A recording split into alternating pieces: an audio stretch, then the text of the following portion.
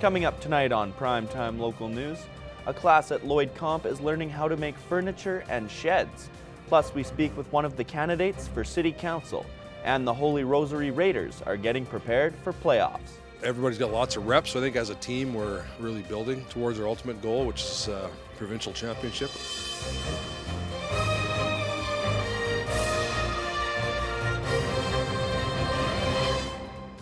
Prime Time Local News, serving the Lakeland and Midwest regions.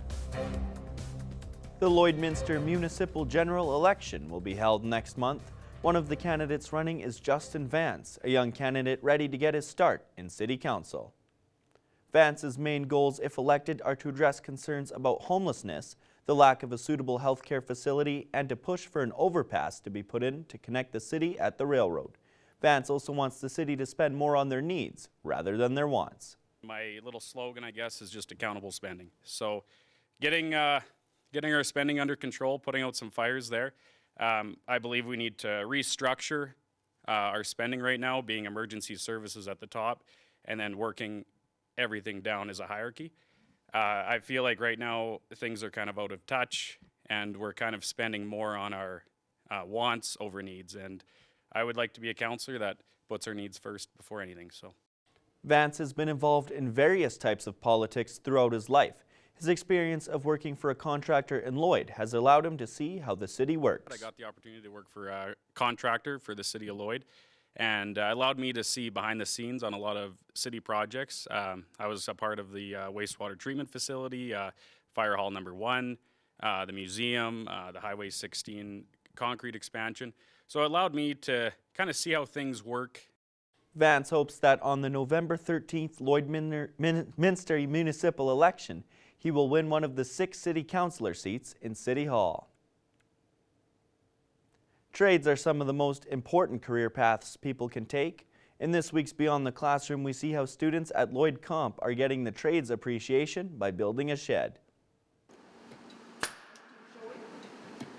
It's the fall season, and with that brings out the fall shed building course for the Lloyd Comp woodworking class. I teach the construction and furniture building courses here, and in those courses we build furniture, we build sheds, and just give kids a general understanding of the different trades that are involved in that process. Working in the class for the students and taking in all the course has to offer has given some of them career aspirations. In my future, I'd like to be a carpenter and build houses, buildings, anything. So in construction, we're building a shed right now and working on structural design and building things like that, so yeah. Teaching the program for Grillandini is important, aware of how the industry isn't as plentiful than in years past. We're always going to need tradespeople. We're always building things, homes, businesses, and it's an aging population in that trades right now, so there's a lot of career opportunities for the kids. And that's all for this week's edition of Beyond the Classroom. Looking for online or blended programs? Join Lakeland College's virtual open house on Tuesday, October 29th. Explore program options and more. RSVP at lakelandcollege.ca. I'm joined here now with Thomas Wildman, who's going to give us our first wild look at the weather. Thomas, looks like you got a little extra fur on you today there, so a little bit chillier out, isn't it? Yeah, it's gotten really cold, and I actually really felt the elements last night. I went to a Raiders practice, which we'll see the story for that a little later in the cast. But yeah, it felt like -1 last evening, and it's going to be cold down to those -1, those low negative temperatures today and tonight, and that will continue on into the weekend and I think into next week as well. So unfortunately, hopefully we're not going to be seeing any major snow, but certainly these cold temperatures, we are very much feeling them right now. But as we can see here, we are a little bit better than the usual. A high of 8 degrees is lower than the usual high, with the usual high being a normal of 9 there. Low of 0, though, is a little bit better than that normal low of -3. Haven't seen a lot of precipitation yet, whether it's snow or rain here throughout this month. certainly our crop producers and other farmer friends around the Lloydminster and area would appreciate a little bit of moisture after still a very good year, but not the best year for crops this year. Looking at the temperature right now, we are sitting at that high of 8 degrees, but with the wind chill, it's all the way down to 4 degrees today. That 30-kilometer wind also not very pleasant as well. North Battleford's 9 degrees. They get down to 7 degrees with their wind chill just a little better at a west wind of 11 kilometers per hour. And Cold Lake feels a very similar west wind, but they're a little cooler, 7 degrees down to 5 degrees for us today. Taking a look across the region right now, so we've got Lloydminster and Cold Lake at that 7 mark, as well Bonnyville, St. Paul, Vegreville, Wainwright, and Provost, all at 7 degrees. Marwayne and Vermilion sitting at 8 degrees right now, and then Lac La Biche and Edmonton at 9 degrees. On the Saskatchewan side, we've got Alacross sitting at 7 degrees, as is St. Walburg, Maidstone, and Macklin. A little warmer North Battleford at 9, as well as Meadow Lake, and then 8 for Green Lake and Pierceland. Taking a look now at tonight's forecast, we'll start North Battleford. They're going to get to a low of 0 degrees. It's going to be partly cloudy, same amount of wind as earlier throughout as today. 25% chance precipitation, likely nothing, and it will be a little partly cloudy. Cold Lake is going to be fully cloudy and get down to a low of -1 and probably a little cooler with the wind there. 22% chance of precipitation out in Cold Lake. And Lloydminster is very close to that as well. -1, cloudy this evening, and then it will be partly cloudy later on. Wind will die down a bit to 13 kilometers per hour and a 25% chance of precipitation. Taking a look now at the 3-day forecast, it's going to be getting increasingly windier, unfortunately. On Thursday, a high of 8 degrees and a low of -4. Friday, there will be an abundant amount of sunshine. We are going to be warming up a bit to 9 degrees for the high, a low of -3 there. And then on Saturday, it's going to be breezy with a little bit of clouds and a good amount of sun. Get up to a high of 10 and a much more likable there, -1. So it's good to see that we're going to be warming up a little bit, though those lower temperatures, when we're getting to those lows, are going to be getting a little bit higher here as well. But that will do it for our first look at the weather forecast. I will have another look at the weather coming on later on in the show, but for now we will have some more news headlines.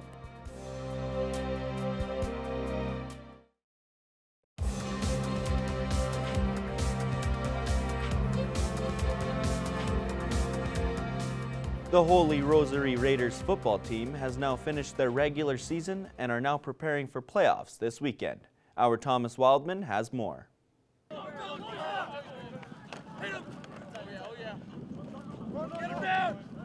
The Raiders have been excellent this year, winning all 8 of their games. It's been a great season so far. We played some pretty good exhibition games and took advantage of a bit of a veteran squad, probably more seniors than we've had in the past, and we were able to start the season out strong with those kids out on the field, and start to weave some younger guys in as the season's gone on, and everybody's got lots of reps. So I think as a team we're really building towards our ultimate goal, which is provincial championship. The Raiders are not going to start taking it easy, as every game from this moment on is a must-win. Watching lots of film, just staying active, don't do anything dumb outside of practice even, just all around, just kind of just being smart with it. The excitement is brewing for the big games and the chance to once again compete for a provincial championship. It's always exciting to be able to get to those big games and have the team to compete and be with your friends too and competing at that high stage. Next, the Raiders will take on the Bonnyville Voyageurs for their first round of the playoffs. Thomas Wildman, Primetime, local news. The 3rd annual Mutt Hut fundraiser is coming up this weekend. Our Jackson Fontaine talked to one of the organizers of the fundraiser. So today I'm pleased to be joined with Jaden Burton, who is the organizer of the Mutt Hut fundraiser. How are you doing today, Jaden? Good, thank you. Good. So tell me a little bit about this fundraiser coming up this weekend. So it's going to be on Saturday. Doors open at 9, and it's an event. We have live music, raffles, games. It's totally Halloween themed. Most people dress up. You don't have to, though. And it's all in support of Pets Purpose. And where is this event going to be held at? So it's located 10 minutes north of town. And then once you purchase and receive your ticket, the exact directions are on your ticket. However, this year we do have a bus donated by Classic Oilfield. So we will be providing bus rides to and from if you so choose. And actually, how can people purchase these tickets? So you can contact me directly. There's lots of stuff on Facebook with the poster, and it has my phone number on it. Also, any of the local businesses that have donated, we have 37 donors this year. So any of those local businesses will have a poster attached to their front door, and you can find all the information there. My Facebook page is the Mutt Hut Lloydminster, and you can contact me through that as well. We do have pickup locations at Lloyd Lanes Bowling and also World Class Gym. Awesome. And is this the first time this event is being held? And if so, have you had success before with it? This is the third one we've had. So the first year we started small, we just actually collected items for rescue. So things that they always need, pee pads, paper towels, stuff like that. Last year, we did more of the raffle side of things as well as the physical donations, and we raised $2,700 last year. And then this year, our goal is $5,000, and we are already sitting at over $4,000. So we're very close to reaching our goal already. If you're looking to support this fundraiser, the best way to do so is either attend the event or you can go online. We have an online raffle, and all of those proceeds will be going towards the rescue. There's no fees or anything included in that. So. Awesome. And you said most of the money is going to go to the rescue. Is the money going to go anywhere elsewhere, like for, say, accessories for pets? No, so this is going towards their spay and neuter fund, because that is the real issue here. That is why we have rescues. There's so many. There's an overpopulation crisis going on right now. Backyard breeders, irresponsible pet owners, that sort of thing. So we're trying to get as many dogs spayed and neutered as possible to prevent this problem from continuing. And until that happens, we're gonna find ourselves kind of right back at square one. So that's my passion, is just making sure that all these dogs are getting spayed and neutered so we can solve the problem. Why is it so important to have an event like this? So Pets Purpose is fully volunteer based.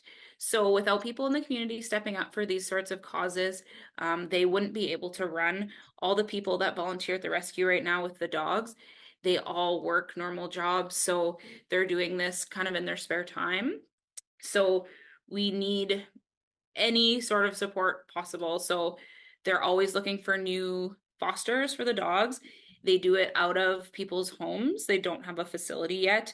A facility is very hard to manage because there has to be somebody there all the time. So all the fosters do it out of their own homes. They don't have a facility yet. A facility is super hard to manage. There has to be somebody there all the time. And it's a huge financial cost as well. So this is the direction this rescue is going right now. And so far it's been working really well. Awesome. And other than attending the event and actually donating money, how can people support the shelter in other ways? So signing up to be a foster would be the number one thing. And then if you watch their Facebook page, they will post about different items they need at the time. Usually it's on an urgent basis. So puppy food, pee pads, paper towels, stuff like that. And then they do some other things too. They actually DNA test their dogs. So if you ever wanted to sponsor a DNA test or something like that, that would be awesome as well. And it's just a one-day event, right? Just the Saturday? Yes, it's a one-day event. It starts at 9 and it goes to around midnight. We do a midnight lunch and stuff like that, and then some people will stick around, and then we'll provide your safe ride home. Awesome. Well, I'm sure it's going to be a great fundraiser like most of these fundraisers are. And hopefully you guys raise a lot of money. Thanks for taking the time to do this today, Jaden. Thank you, Jackson. Now let's take a look at your pets of the day.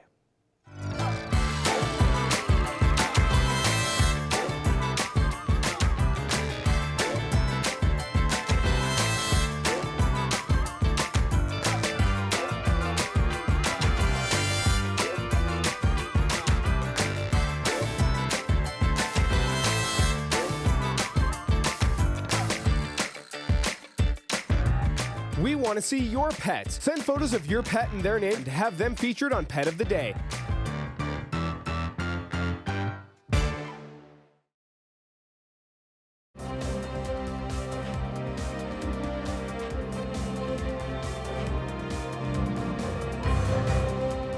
Children are often the ones most affected when their parents are going through separation and divorce. Stacey Comer has more on how parents can prioritize the best interests of their kids as they go through the process.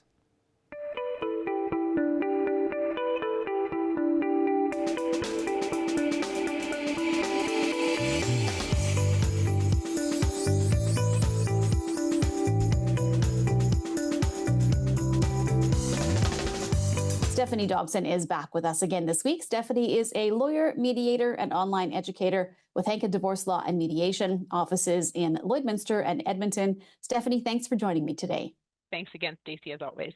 Well, this week, Stephanie, we're tackling a very interesting subject, and that is the best interests of children when it comes to separation and divorce. And obviously, I know you're a big proponent of making sure that children are always taken care of no matter what. So let's talk about exactly what does that mean when we say the best interests of children? Well, Stacey, I'm really glad to hear that that's a very common, well-known, that's what I focus on when I help parents. So thanks very much for that boost of confidence. So the best interest of the children is a phrase, so I put it in quotes. It's a standard guiding principle in family law, particularly, of course, in parenting and divorce cases. So by focusing on these aspects, parents and courts can make decisions then that truly prioritize the well-being and interests of the children involved. So there's some key aspects of this concept, and there's some terms within the Divorce Act, but I wanted to give a bit of a general overview here. So one would be the emotional stability of the parent, of the children. So prioritizing their well-being and ensuring that they're in a stable and nurturing environment. Parental involvement. So we want to make sure that both parents are as involved as much as possible in the children's lives. Continuity. We've talked a lot about when we talk about building parenting plans. We've talked about maintaining consistency and stability and routine for the children. So that's what that one's about. Safety of the children. So of course we're looking at protecting the kids from any physical or emotional harm. Of course, domestic violence and substance abuse is another thing we're trying to protect them from. The child's preferences. So of course that's going to be age and maturity dependent, considering the child's wishes with respect to living arrangements. We've got health and welfare, addressing any physical, mental, or emotional needs in the parenting arrangements. We're going to be talking about this more next week, but cultural and religious considerations. So of course, considering the background, the ethnic background in making arrangements for the kids. We've got two more, financial stability, so making sure that the kids are financially taken care of, and then of course, future relationships, so making sure that relationships with extended family and extended siblings and new relationship families are prioritized. So how can parents actually prioritize the best interests of children, Stephanie? Like you said, it is one thing to definitely talk about it, but to actually do it is something different, right? Yeah, so it requires some careful consideration and actually putting into place some intentional actions. So it's not just something that just happens by nature by being a bystander. You really have to do something actively to do that. So what we're looking for is to provide a loving and stable environment where children can thrive, even though they're in a challenging family dynamic situation. So what we want to do is to promote healthier relationships and healthy co-parenting arrangements. So let's look at some effective strategies, or some strategies that I hope are going to be effective for children. So one of the things that we can do is by fostering open communication, so having some open and honest discussions, and toing and froing, so allowing the kids to ask questions and when they're ready to ask questions, and then also engaging in some open communication, open dialogue from the parents' perspective. Cooperative co-parenting, of course, that goes without saying. We've talked a lot about that in our parenting plan creation. Maintaining routine, so stability, routine, and consistency. We just talked about that. Creating a safe environment. Also, children-centric decision making. So again, age-appropriate wise, we want to make some decisions that has the kids feeling valued, respected, and involved as much as is appropriate. Avoiding conflicts in front of the kids. Providing emotional support for the children. That might be your own emotional support. That might be emotional support from a professional. Focusing on financial stability. So making sure that as you're making decisions within that parenting plan, that you're making sure that there's financial stability for the children, and then keeping an eye on those future relationships. So is there legislation, or how does legislation, Stephanie, address the best interest of children? Yeah, so there's a new divorce act, new-ish, I should say, divorce act that has a list of factors to look at when the courts look at what's called the best interest of the children. So some of the list is what we've already looked at, so I won't repeat those items, but it is a list, and you can find it within the Divorce Act. And these are the kind of things that when you go talk to a lawyer or a mediator, they are going to be looking at these specific things to make sure that the best interests of the children are taken care of. So it's a lot of what we've already talked about, but there's this list of 11 items in no particular order of priority, but there's one paramount item that I really want to focus on. It's the safety, security, and well-being of the children is paramount above all else.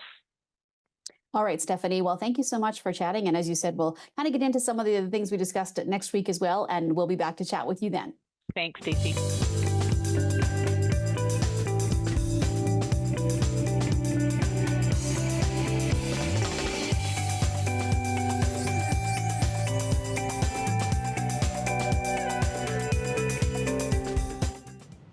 Coming up after the break, Thomas Wildman will give you a look at your Wild Wednesday weather.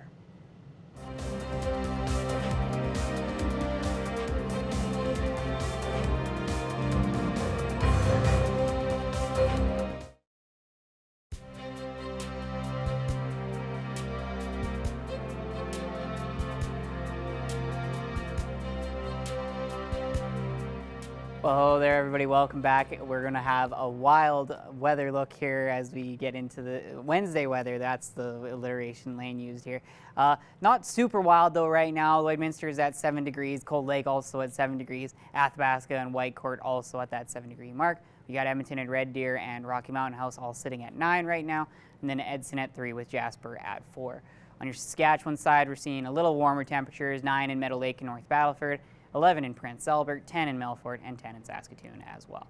Taking a look down south, Kindersley's at 6 degrees right now. It's quite warm down by the border there for Estevan at 13 degrees, Yorkton and Regina at 10, Moose Jaw at 12, and Swift Current at 8. On the Alberta side, a little cooler once again there, Coronation at 7 degrees, Medihat at 10 degrees, Lethbridge at 11, Calgary at 9, and Banff at 5 degrees. Taking a look at tomorrow's forecast here in Lloydminster. At 6 a.m., we're going to see some intermittent clouds, 1 degree to start out at 6 a.m. there. It will warm up a bit to 5 degrees at noon. We'll get a little bit warmer there as the day goes on there, and then it will cool back down to 5 at 6 p.m. And then midnight, it'll be clear down to -2, unfortunately. So those cold weather is going to be here soon. North Battleford is at a high of 10 for tomorrow, mostly sunny and then breezy in the afternoon. It's going to only see a 14% chance of precipitation there and a pretty nasty 20-kilometer west wind hitting them out in Saskatchewan. Cold Lake is going to have a high of 6 degrees, breezy with some clouds, and then a little bit of sunshine, so nice for them to see a high of 6, but another nasty west wind hitting them at 20 kilometers per hour there. Taking a look now at the travel forecast, we're going to have a high of 7 degrees in Meadow Lake and Bonnyville and Paradise Hill. Going to be seeing a couple of afternoon showers, though there in Meadow Lake, 62% chance of those coming down. Showers also in Isle Cross. They're going to have a high of 5 there, and that's going to be a shower in the afternoon. But then Provost a little warmer at 10 degrees, a little breezy though, and everywhere else a mix of sun and cloud as well. Looking a little further away, Murnum at a high of 8 degrees. It's going to be sunny and quite windy there. Pearceland at 6 degrees. They'll be breezy in the afternoon. Also breezy in the afternoon for Unity, mix of sun and cloud, but they're up to 10 tomorrow. And then Wainwright and Calgary at 9 degrees, both of them. Increasingly windy in Wainwright, but some intervals of clouds and sun for Calgary. Finally, looking at our extended 7-day forecast on Sunday, it's going to be, we're going to be seeing that high of 10 once again, but it's going to be a bit of afternoon showers, a 65% chance of those coming down, 0 degrees for your low. On Monday, we're going to see a 40% chance of precipitation. It's going to be quite windy in the afternoon there, and then possibly a shower, and then it will be a little cooler down to 6 degrees for your high, low of -3. And then next Tuesday, up to 2 degrees, partly sunny, and we'll stay mostly sunny there on Wednesday, up to 5 degrees next Wednesday, and a low of -5 and a low of -6 on Tuesday and Wednesday. Well, it looks like certainly going to be cooler weather, but honestly, at this point of the year, the best you can just ask for is not too much crazy snow there. Yeah, snow hopefully won't be coming too soon. Alrighty, well that's all the time we have today for Primetime Local News. Thanks for watching.